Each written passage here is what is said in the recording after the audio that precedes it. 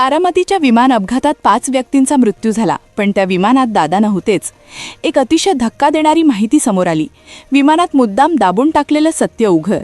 28 जानेवारीला बारामतीत अचानक एक विमान अपघात झाला. त्यात दादा गेले ही बातमी ऐकून महाराष्ट्र सुन्न झाला होता. पण आज अचानक एक अशी नवीनच धक्कादायक कॉल रेकॉर्डिंग समोर आली आहे, ज्यामुळे संपूर्ण महाराष्ट्रात खळबळ उडाली आहे. अपघात घडण्याआधी बरोबर 10 मिनिटांनी एका व्यक्तीला दादांनी कॉल केला होता. त्या व्यक्तीला दादा नेमकं काय बोलले की ज्यामुळे विमानात दादा नव्हते अशी चर्चा आता सुरू झाली आहे. त्या कॉल रेकॉर्डिंगची बातमी समोर आल्यानंतर संपूर्ण महाराष्ट्रामध्ये दादा परत येणार अशी चर्चा सुरू झाली. आणि बारामतीत तर काही लोक दबक्या आवाजात बोलू लागले आहेत की दादांना कुठेतरी ठेवलं आहे आणि ते आता येऊन पत्रकार परिषद देखील घेणार आहेत. दादांचे पुनरागमन होणार, कारण त्या एका फोन कॉलने सत्याचा उलगडा केला आहे. गेल्या काही काळापासून संपूर्ण महाराष्ट्रात इंटरनेटवर याविषयाची मोठी चर्चा रंगली आहे. त्यातच इतक्या दिवसांनंतर ही खळबळजनक फोन रेकॉर्डिंग समोर आल्याने दादा खरोखर हयात आहेत का आणि दादा पुन्हा येणार अशा स्वरूपाचे दावे ठामपणे केले जात आहेत. या दाव्यांचे मुख्य कारण म्हणजे ती रेकॉर्डिंग आणि 5 असे ठोस पुरावे, ज्यामुळे हा संशय अधिक गडद झाला आहे. गावातील काही प्रत्यक्षदर्शींनी असे जबाब दिले आहेत की विमान खाली कोसळताना त्यांनी एक अजब दृश्य पाहिले होते, जे आजपर्यंत कोणालाही माहीत नव्हते. दुर्घटनेला आता पूर्ण 9 दिवस उलटून गेले आहेत, तरीही अचानक मिळालेली फोन रेकॉर्डिंग आणि लोकांचे साक्ष यामुळे सत्य आता बाहेर आले आहे. कालपर्यंत असे सांगितले जात होते की या विमानात एकूण 5 प्रवासी होते आणि 5 जणांचेच मृतदेह मिळाले. दादांची ओळख त्यांच्या मनगटावरील घड्याळावरून निश्चित करण्यात आली होती.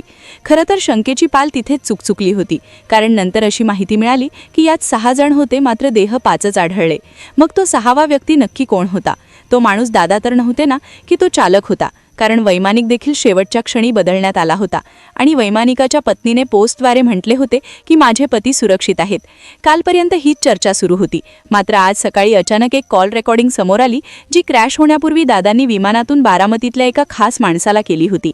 यामुळे बारामतीतील चौकाचौकात आणि महाराष्ट्रातील चहाच्या टप्प्यांवर हाच विषय चर्चिला जातोय की दादा जिवंत असून लवकरच जाहीर प्रकट होतील. मग यामागचे वास्तव काय? ते 5 नवीन पुरावे कोणते आहेत? त्या अंतिम रेकॉर्डिंगमध्ये असे काय दडले आहे की ज्यामुळे दादांच्या परत येण्याचा दावा केला जातोय? या सगळ्यामध्ये खरंच काही तथ्य आहे का? या रेकॉर्डिंगमधून नेमकी कोणती नवीन माहिती समोर आली आहे?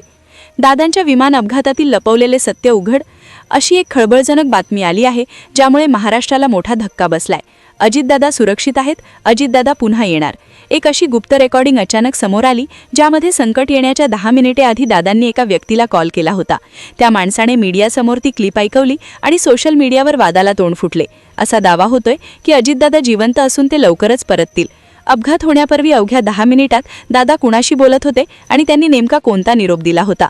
आजच्या या विशेष व्हिडिओमध्ये आपण कोणत्याही वावड्यांवर नाही, तर समोर आलेल्या पुराव्यांवर, लोकांच्या विधानांवर आणि त्या सनसनाटी ऑडिओ क्लिपवर सविस्तर विश्लेषण करणार आहोत.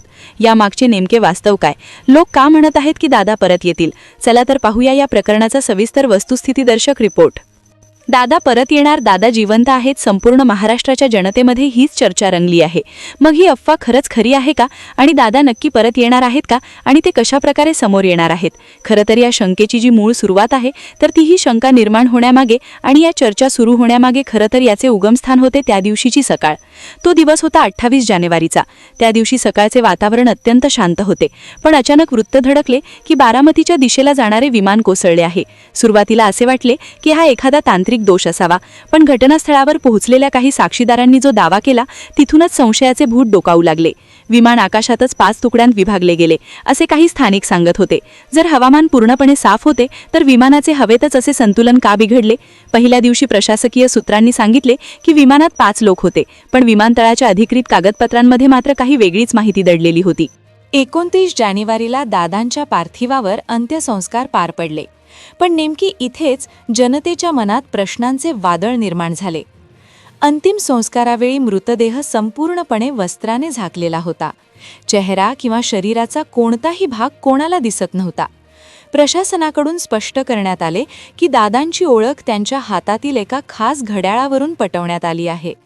पण विचार करा, ज्या भीषण आगीत विमानाचे लोखंड वितळले, तिथे ते घड्याळ शाबूत कसे राहिले?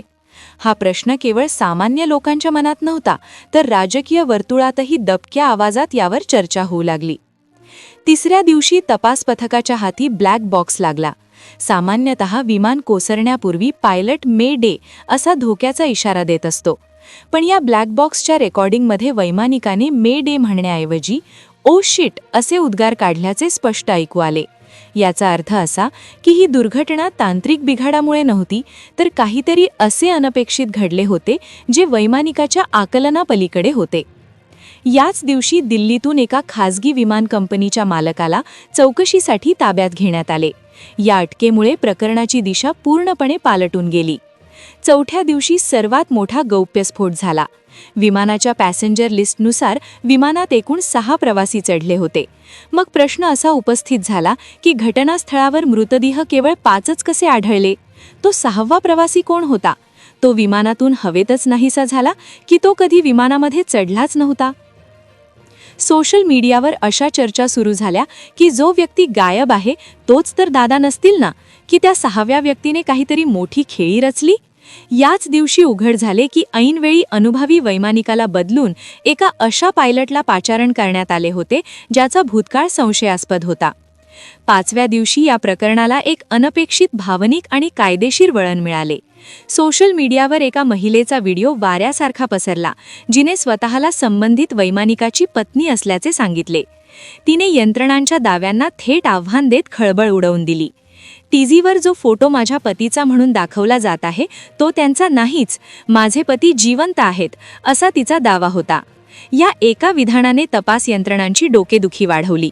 जर तो वैमानिक नव्हता तर त्या विमानात नेमकी कोणाची उपस्थिती होती? मृतांच्या ओळखीवरून निर्माण झालेल्या या धुक्यामुळे महाराष्ट्रात सुरू असलेल्या चर्चांनी आता ठोस संशयाचे रूप धारण केले.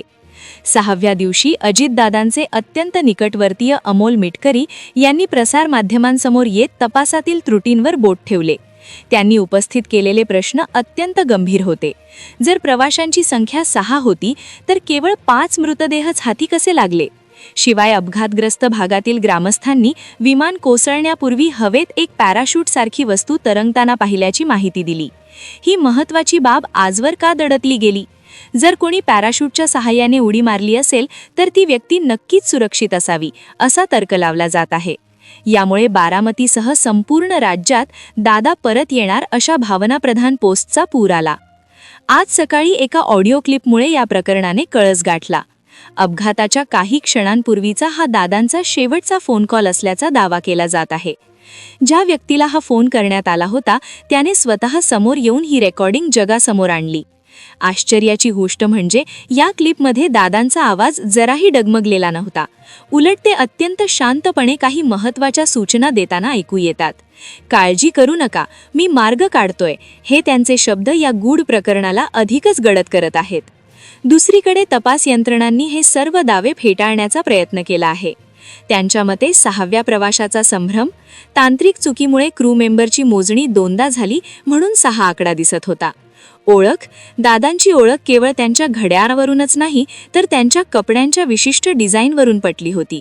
तसेच DNA चाचणीच्या अहवालाने त्यावर अधिकृत शिक्कामोर्तब केल्याचे पोलीस सूत्रांचे म्हणणे आहे.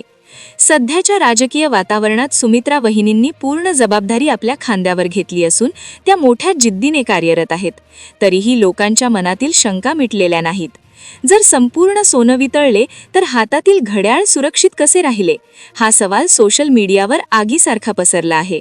काही लोक याकडे शिवाजी द बॉस सारख्या एखाद्या मोठ्या एंट्री म्हणून पाहत आहेत, तर काहींसाठी हा केवळ लोकांच्या अतूट प्रेमाचा आणि भावनांचा आविष्कार आहे.